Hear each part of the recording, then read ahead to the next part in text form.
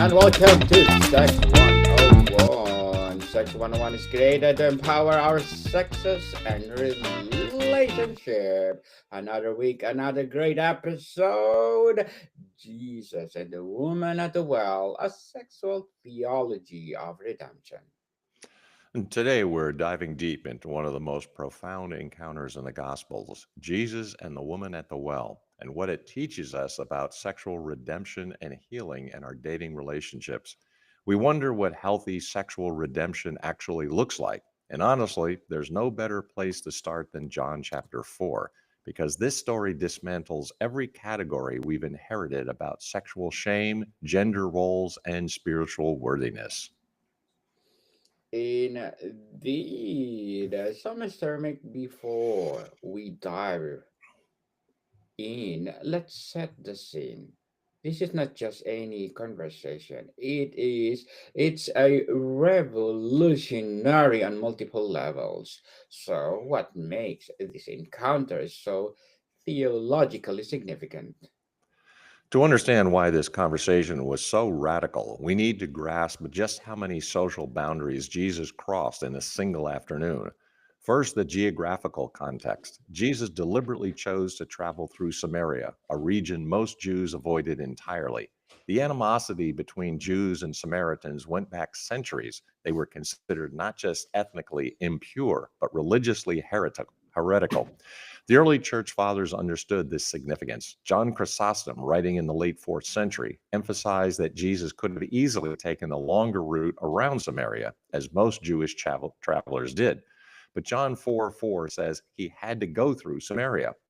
Chrysostom interprets this divine necessity not as geographical convenience, but as redemptive mission. Christ deliberately seeking out the marginalized and sexually compromised. Augustine, in his tractates on John, notes the symbolic timing. It was about the 6th hour, noon, the hottest part of the day when no respectable woman would draw water. Women typically came to wells in the cool of morning or evening, creating natural community spaces. This woman's isolation speaks volumes about her social status. She's avoiding the other women, likely due to a sexual scandal. The gender dynamics are equally shocking. Jewish rabbinical tradition from the Mishnah explicitly forbade men from seeking and speaking to women in public, even their own wives. The Talmud contains numerous warnings about the spiritual dangers of casual conversation with women. Yet Jesus initiates this conversation, asking for water, a request that requires and creates intimacy and obligation. But here's what's most revolutionary: Jesus doesn't just speak to a woman, he speaks to a sexually compromised woman. The text reveals she's had 5 husbands and is currently living with a man who isn't her husband. In first century Palestine, this represents either extraordinary tragedy, women becoming widowed repeatedly, or sexual impropriety. Given her isolation and the narrative context, the latter seems most likely.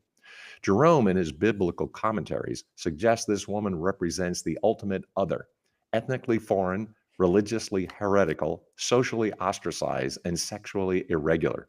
Every category that should have made her untouchable to a Jewish rabbi.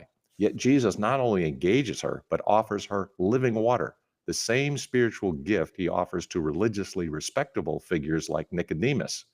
The well itself carries profound sexual symbolism in Hebrew scripture. Wells are where marriages begin: Isaac and Rebekah, Jacob and Rachel, Moses and Zipporah. They represent places of covenant, intimacy, and new beginnings. That Jesus meets this sexually broken woman at a well suggests the possibility of a new kind of relationship, a healing of her capacity for intimacy. Origen, writing in the 3rd century, developed elaborate allegorical interpretations of this passage, but his literal analysis is equally profound. He notes that Jesus doesn't condemn her sexual history, doesn't demand immediate moral reform, and doesn't even explicitly call her to repentance. Instead, he offers her dignity through theological conversation, treating her as intellectually capable of understanding deep spiritual truths. In conclusion, the historical and cultural context reveals that Jesus deliberately sought out the most marginalized woman possible to demonstrate that sexual brokenness doesn't disqualify anyone from divine love or spiritual significance. That's fascinating, Mr. Meg. Jesus actually choosing it to engage with someone who represents everything his culture told him to avoid. But let's dig deeper into the conversation itself. What's happening theologically when they start talking about living water? The conversation about living water is where Jesus reveals something revolutionary about human desire itself. When he says, "Everyone who drinks this water will be thirsty again, but whoever drinks the water I give them will never thirst." He's not just talking about physical or even spiritual refreshment. He's addressing the deeper issue of insatiable longing that drives much of human behavior, including sexual behavior. Augustine, in his Confessions, wrote that famous line about human hearts being restless until they find rest in God. But in his commentary on John, he develops this further, arguing that sexual desire, when disordered, becomes a symptom of deeper spiritual thirst. The woman's five marriages aren't just moral failures, they represent a pattern of seeking ultimate fulfillment in human relationships that can't bear the weight. This is crucial for dating couples today. How often do we place romantic or sexual relationships under the pressure to satisfy needs only God can meet? When we expect our partner to be the ultimate source of security, meaning, or validation, we create what psychologists call anxious attachment and what Augustine would call disordered love. John Chrysostom preached extensively on this passage, emphasizing that Jesus doesn't shame the woman for her thirst, physical or metaphorical. Instead, he redirects it. The Greek word Jesus uses for living water is roughly hudorzone, that is, literally, water that lives. This suggests not just one time spiritual experience, but an ongoing source of inner refreshment that doesn't run dry. Think about the psychological implications. This woman has likely spent years believing that her worth depends on male approval and sexual desirability. Each relationship failure reinforces her shame and drives her to seek validation in the next man. It's a cycle that leaves her increasingly isolated and desperate. But Jesus offers her a different source of identity and fulfillment. The living water represents the possibility of finding primary satisfaction in divine love, which then frees her to engage in human relationships from a place of wholeness rather than neediness. Ambrose of Milan, in his writings on virginity, often gets interpreted as anti sexual, but his analysis of this passage is more nuanced. He argues that the woman's multiple relationships reveal not excessive sexuality, but insufficient understanding of what she truly needs. She's looking for living water in broken cisterns, to use Jeremiah's metaphor. This has profound implications for modern dating. When we enter relationships trying to get our deepest needs met through another person, we create dynamics of codependency, jealousy, and emotional manipulation. But when we come to relationships from a place of spiritual fullness, we can offer genuine love rather than need based attachment. The Hebrew concept, often translated as soul, refers to the reality of human desire and longing. Sexual desire is part of this, but it's not separate from spiritual longing. They're interconnected. When spiritual thirst goes unmet, sexual desire can become compulsive, seeking transcendence through physical intimacy. Origen's mystical interpretation suggests that the five husbands represent the five senses through which we seek satisfaction in the material world. The current man, who is not her husband, represents false spirituality, religious or philosophical systems that promise fulfillment but can't deliver lasting satisfaction. Only Christ, the true bridegroom, can satisfy the soul's deepest longings. Modern psychology confirms this ancient wisdom. Attachment theory shows that our capacity for healthy, intimate relationships depends on having secure attachment to something larger than ourselves. When people lack that secure base, what Christians might call a relationship with God, they often seek it through romantic relationships, creating cycles of intensity followed by disappointment. The woman's response, "Sir, give me this water so that I won't get thirsty and have to keep coming here to draw water," reveals both her spiritual hunger and her practical exhaustion. She's tired of the endless cycle of seeking, finding, losing, and seeking again. She's ready for something that actually satisfies. In conclusion, The theology of thirst, that sexual and romantic longing, that good in themselves, can become disordered when we expect them to fully satisfy needs only divine love can meet, but that proper spiritual fulfillment actually enhances our capacity for healthy human intimacy. Mr. Mick, this idea of living water as an internal source that frees us for healthy relationships is powerful. But when the conversation takes a dramatic turn, when Jesus brings up her marital history, how should we understand this moment? This is where the encounter becomes both deeply personal and universally applicable. When Jesus says, "Go call your husband and come back," he's not making casual conversation. He's moving toward the heart of her shame and brokenness. And her response, "I have no husband," is both technically true and completely evasive. Augustine analyzes this exchange with psychological precision that wouldn't be out of place in a modern counseling textbook. He notes that the woman is practicing what we might call selective disclosure, revealing just enough truth to avoid an outright lie, but withholding the full reality that would expose her shame. Jesus' response is masterful. "You are right when you say you have no husband. The fact is, you have had 5 husbands, and the man you are now with is not your husband." He acknowledges her partial honesty while gently bringing the full truth into the light. This is truth telling without condemnation, exposure without humiliation. Jerome's commentary emphasizes that Jesus doesn't elaborate on the details of our sexual history or demand explanations. He simply states the facts and moves forward. This reveals something crucial about divine love. It knows us completely and loves us anyway. There's no need for defensiveness or elaborate justifications. For dating couples, this moment illustrates the necessity and difficulty of honest communication about our sexual and relational histories. How often do we practice the same selective disclosure the Samaritan woman used? We reveal just enough to seem authentic while protecting ourselves from potential rejection or judgment. But notice what happens when the truth comes out. The woman doesn't run away. She doesn't become defensive or angry. Instead, she recognizes Jesus as a prophet and immediately shifts the conversation to deeper theological questions. Truth telling, when done with love rather than condemnation, creates space for deeper intimacy rather than destroying it. John Chrysostom preaches that this woman becomes a model for what he calls holy boldness, the courage to engage in spiritual conversation even while carrying sexual shame. She doesn't let her past disqualify her from theological inquiry. She asks about worship, about the Messiah, about the differences between Jewish and Samaritan religious practice. This is psychologically profound. Shame typically makes us hide, withdraw, or become aggressive in self defense. But when we encounter love that knows our truth and doesn't reject us, shame begins to lose its power. The woman experiences what modern psychology calls earned security, the healing that happens when someone sees us fully and still chooses a relationship. Ambrose of Milan notes that Jesus doesn't require moral reform before spiritual conversation.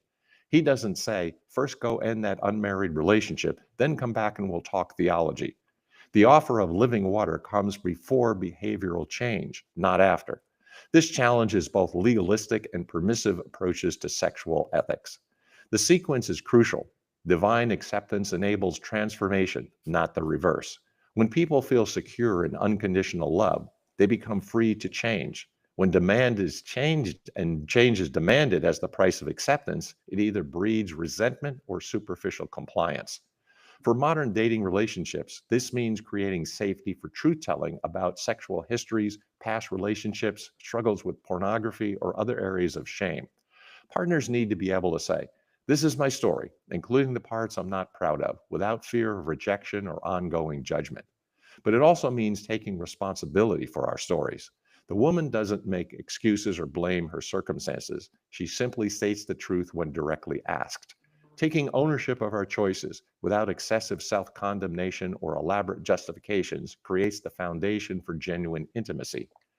Origen's allegorical interpretation suggests that the 5 husbands represent different attempts to find ultimate meaning, perhaps through career success, family approval, financial security, physical pleasure, and social status. The current non-husband might represent a spiritual search that lacks commitment, trying various religious or philosophical approaches without full dedication. The woman's immediate recognition of Jesus as a prophet suggests that truth telling opens spiritual perception. When we're hiding from our reality, we're also hiding from God's presence. But honesty creates clarity, both about ourselves and about divine love. The early church fathers consistently emphasize that this woman becomes the first Gentile evangelist in John's gospel. After her encounter with Jesus, she returns to her city and brings others to meet him. Sexual brokenness, when healed through divine encounter, doesn't disqualify ministry, it becomes part of the testimony. In conclusion, the revelation of truth demonstrates that healing from sexual shame requires honest acknowledgement of our stories, received within relationship that offer divine acceptance, creating freedom for both personal transformation and ministry to others. So the path forward is not avoiding the conversation about our sexual histories, Mr. Mick, but creating space for honest dialogue within accepting relationships. But when the woman raises questions about worship and religious differences, why does she shift from personal to theological topics? The woman's shift from personal revelation to theological inquiry reveals something profound about how healing from sexual shame actually works. She doesn't remain stuck in self analysis or continuing discussing her relational failures. Instead, she both immediately moves towards questions about God, worship, and spiritual truth. This progression, from thirst to truth telling to theology, maps the journey from sexual brokenness to spiritual wholeness. Augustine observes that once divine love has touched our shame without rejecting us, we naturally become curious about the nature of God. The woman asks, our ancestors worshipped on this mountain, but you Jews claim that the place where we must worship is in Jerusalem. She's not changing the subject to avoid her personal issues. She's recognizing that her personal healing is connected to larger questions about spiritual reality. John Chrysostom notes the sophistication of her theological question. She's asking about the relationship between Jewish and Samaritan religious traditions, about the proper location and form of worship, and about ancestral authority versus contemporary practice. These aren't casual inquiries. They reveal a woman who's been thinking deeply about spiritual matters despite her complicated personal life. This challenges the assumption that sexual irregularity disqualifies theological engagement. The early church fathers consistently emphasize that this woman demonstrates remarkable spiritual insight. She recognizes Jesus as a prophet, engages in complex theological discussion, and ultimately identifies him as the Messiah. Her sexual history doesn't diminish her spiritual capacity. For dating couples, this suggests that past sexual experiences, whether positive or negative, don't disqualify ongoing spiritual growth or ministry. In fact, the integration of sexual and spiritual identity might enhance rather than hinder our understanding of divine love, human nature, and the need for redemption. Jesus' response is equally revolutionary. A time is coming and has now come when the true worshipers will worship the Father in the Spirit in truth, for they are the kind of worshipers the Father seeks. God is Spirit, and his worshipers must worship in the Spirit and in truth. This isn't just theological instruction, it's personal healing.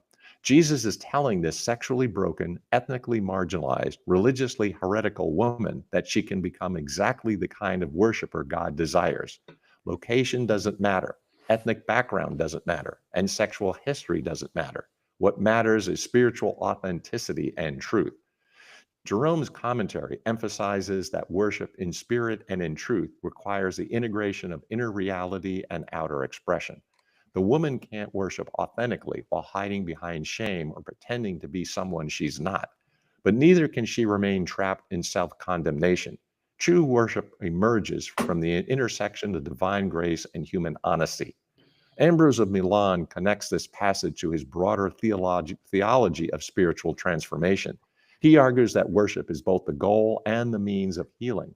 As we offer authentic worship, acknowledging both our brokenness and God's love, we're gradually transformed into the image of what we worship. This has profound implications for how Christian dating couples approach spiritual intimacy. Shared worship becomes a space where both partners can bring their full selves, including sexual histories, current struggles, hopes, and fears, before God together. It's not about presenting perfect spiritual facades, but about an authentic encounter with divine love. The progression in this woman's story reveals how identity transformation actually works. She begins as someone defined by her sexual relationships and social ostracism. She ends as someone who can speak with authority about the Messiah's identity and bring her entire community to encounter him. Her past becomes part of her testimony rather than her disqualification. Origin develops an elaborate typological interpretation where the woman represents the church itself, initially unfaithful but ultimately transformed into the bride of Christ. Her five husbands represent humanity's various attempts at false worship throughout history. Her current non husband represents the law, which has authority but can't provide the satisfaction of true marriage. Only Christ can become the true bridegroom who satisfies the soul's deepest longing. The psychological insight here is profound. Shame keeps us focused on ourselves, our failures, our inadequacies, our need for approval or validation. But worship shifts our focus from self absorption to divine reality. As we become absorbed in the glory and love of God, shame naturally begins to diminish.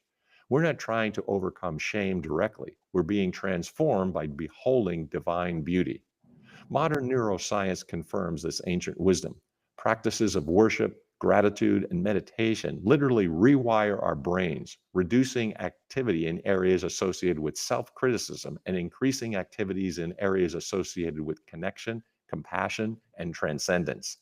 For couples dealing with sexual shame from past relationships, addiction, abuse, or other experiences, shared worship can become a powerful healing practice. It creates space to encounter unconditional love together, to experience identity beyond personal history, and to envision transformation that exceeds what either partner could achieve individually. The woman's theological engagement also demonstrates intellectual dignity. Despite her compromised social status, Jesus treats her as capable of sophisticated spiritual conversation. This challenges both ancient and modern tendencies to reduce sexually active women to their physical experiences, denying their intellectual and spiritual capacities. In conclusion, the movement from shame to worship reveals that healing from sexual brokenness involves not just personal acceptance, but spiritual transformation, where encounter with divine love gradually reshapes our identity from being defined by our past to being defined by our capacity for authentic relationship with God. Mr. Mac, it's a remarkable how Jesus treats her as a full person, sexually, intellectually, spiritually. But then comes the climax of the conversation when she mentions the Messiah. How does Jesus' self revelation complete her transformation?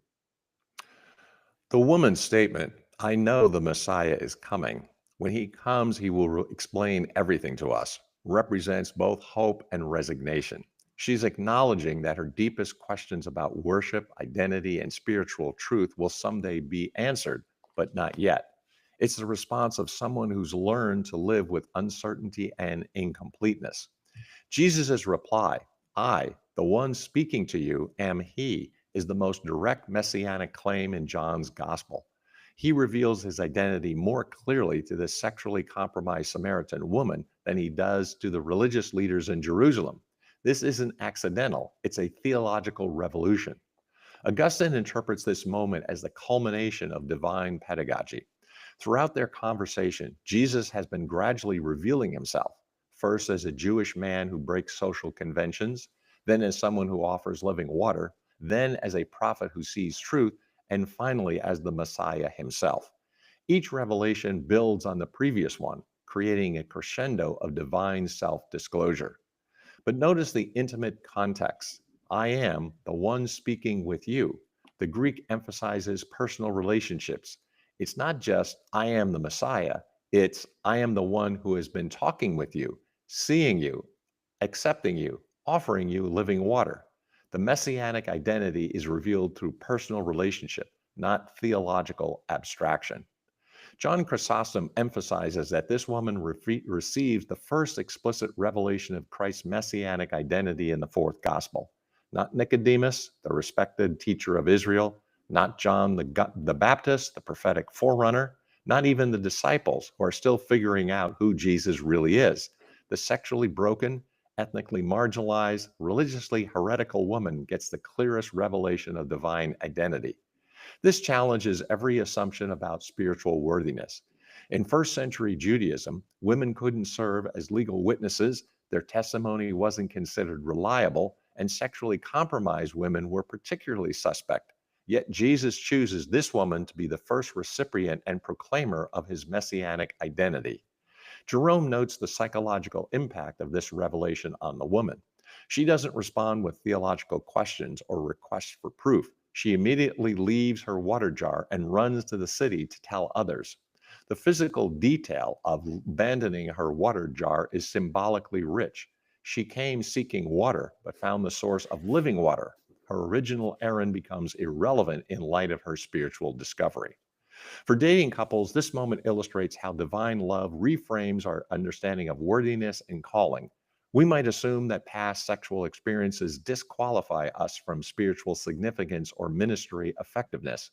But Jesus' choice to reveal himself most clearly to this woman suggests the opposite. Divine love seeks out those who understand their need for grace. Ambrose of Milan develops this theme extensively in his sermons. He argues that the woman's sexual history doesn't hinder her evangelistic effectiveness, it enhances it. When she tells her neighbors, "Come, see a man who told everything I ever did," her transparency about her past becomes part of her testimony. She's not hiding her history, she's demonstrating how divine love transforms it into ministry. The early church fathers consistently identify this woman as the first successful evangelist in John's gospel. Her testimony brings the entire city to encounter Jesus. Many believe in him initially because of her word, and after meeting him personally, they declare, "We no longer believe just because of what you said. Now we have heard for ourselves, and we know that this man really is the Savior of the world." Origen's mystical interpretation suggests that the woman represents the soul's journey from spiritual adultery to mystical marriage. Her five husbands represent the five senses through which we seek satisfaction in created things. Her current non husband represents false spirituality, but an encounter with Christ transforms her into a true bride, one who can bring others into a relationship with the divine bridegroom. This has profound implications for understanding sexual redemption. The goal isn't to erase our sexual histories or pretend they don't matter. The goal is integration, allowing divine love to transform our stories, including the painful parts, into testimonies of grace and healing. Modern psychology recognizes this as post traumatic growth, the way difficult experiences, when processed through supportive relationships, can actually enhance our capacity for compassion, wisdom, and service to others. The woman's sexual brokenness, healed through an encounter with Christ, becomes the foundation for effective ministry. The timing of this revelation is also significant. It comes after truth telling, but before moral reform. Jesus reveals his messianic identity to her while she's still living with a man who isn't her husband. Divine love doesn't wait for us to clean up our act. It meets us in our brokenness and begins transformation from the inside out. For contemporary dating relationships, this suggests that spiritual growth and sexual healing can happen simultaneously rather than sequentially. Couples don't need to achieve perfect sexual purity before engaging in serious spiritual development.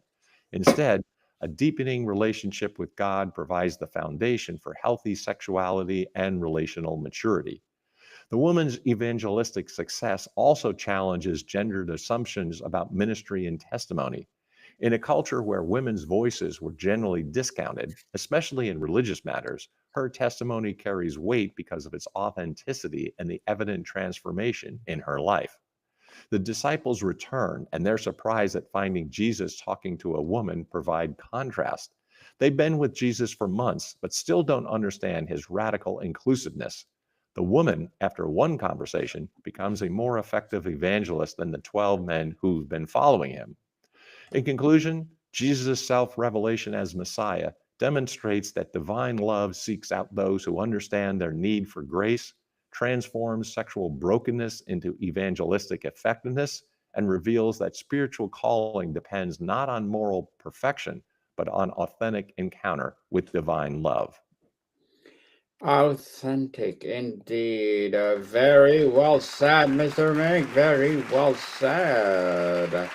Jesus and the woman at the well is a sexual theology of redemption. It reveals as a powerful encounter where shame is met with the grace and brokenness is transformed into wholeness. Mr. Mick, would you like to plug in something? Thanks for the opportunity. Write the book, grow the business. Connect with me on LinkedIn, GMIC, the Doctor of Digital Smith, PhD. Also, listen to the Doctor of Digital podcast and pick up a couple volumes that I have on Amazon. That is Burning America and On Track, Ian Hunter. Yes, people, let's support Mr. Make the Doctor Digital because to be supporting for soon more and more and empowering advocacy to come. And please do listen to our baby podcast, Mental Health 101, because Mental Health 101 is created to, well, create our mental health awareness. So, Mr. Make, thank you so much for your time. Thank you, my friend. Until next time, Deus Volt. Marty Gun people, see you soon.